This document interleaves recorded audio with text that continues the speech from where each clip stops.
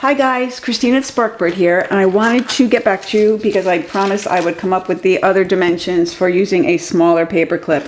The hidden paper clips we made yesterday were using the jumbo size, and that made all of these guys. So here you can see some of the ones from yesterday, the birds. Oh, there's butterflies now in my shop, and there's sort of a Wednesday Addams vibe set as well.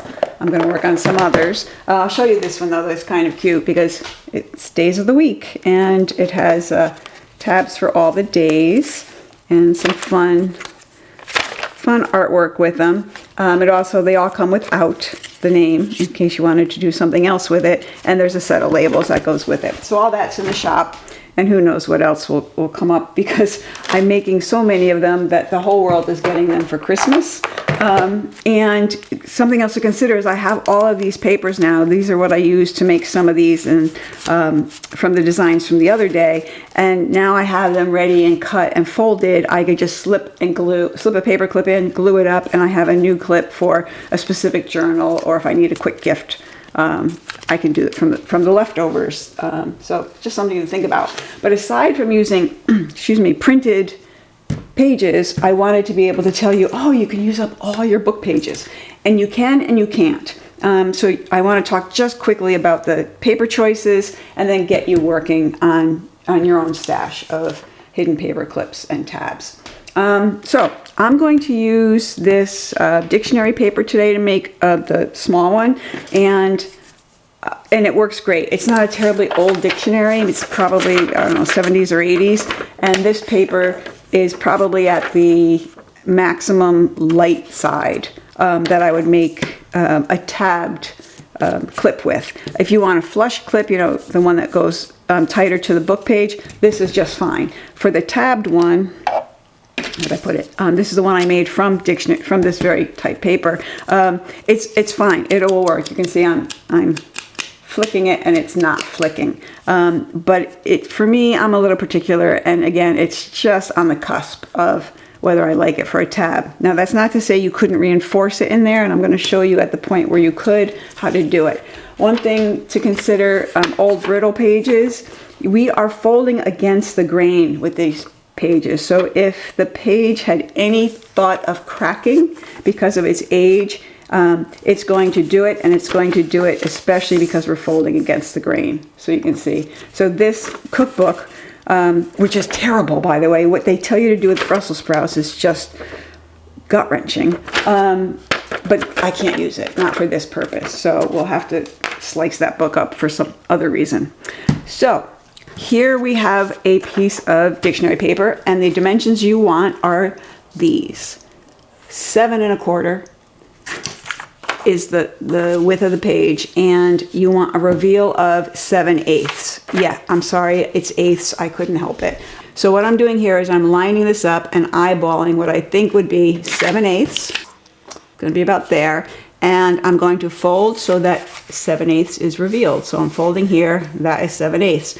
Now keep in mind when you're making these folds that it is what is on the inside of the page that's going to turn out to be your design. So that said, I'm just going to grab some standard size paper clips and do this, and I'm not going to talk. I'm going to do it. You can watch the full video that we did the other day, has the actual instructions, but I want you to see just how easy it is.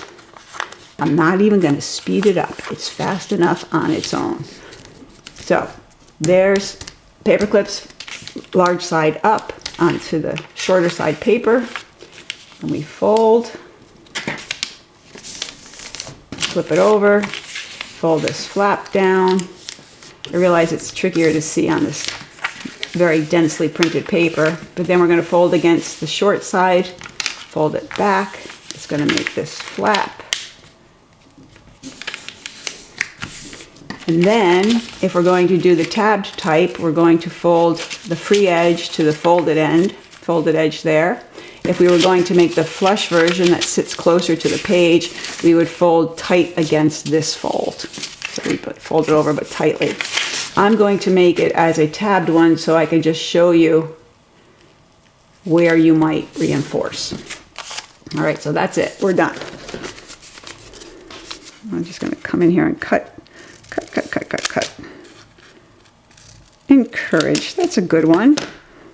Okay, so now it's cut, it's ready. Here's where I was saying, if you wanted to add a little piece of paper in here, in this last fold, you know, and this is going to fold to be essentially the back. If you added a folded piece of paper, a piece of cardstock in there, that would be more than enough to fortify this as a tab, which again, for most people, this is, I'm sure, sturdy enough. For me, I tend to like things a little hulkier, but that's just me. So here is where the point at which you would also remove the paper clip. And remember, it goes on the only up fold on the inside. You can fold this back up and do your corner rounding, if that's what you're going to do. The other video also does show a inverted corner that you might like, so check that out. But here we go, easy peasy. And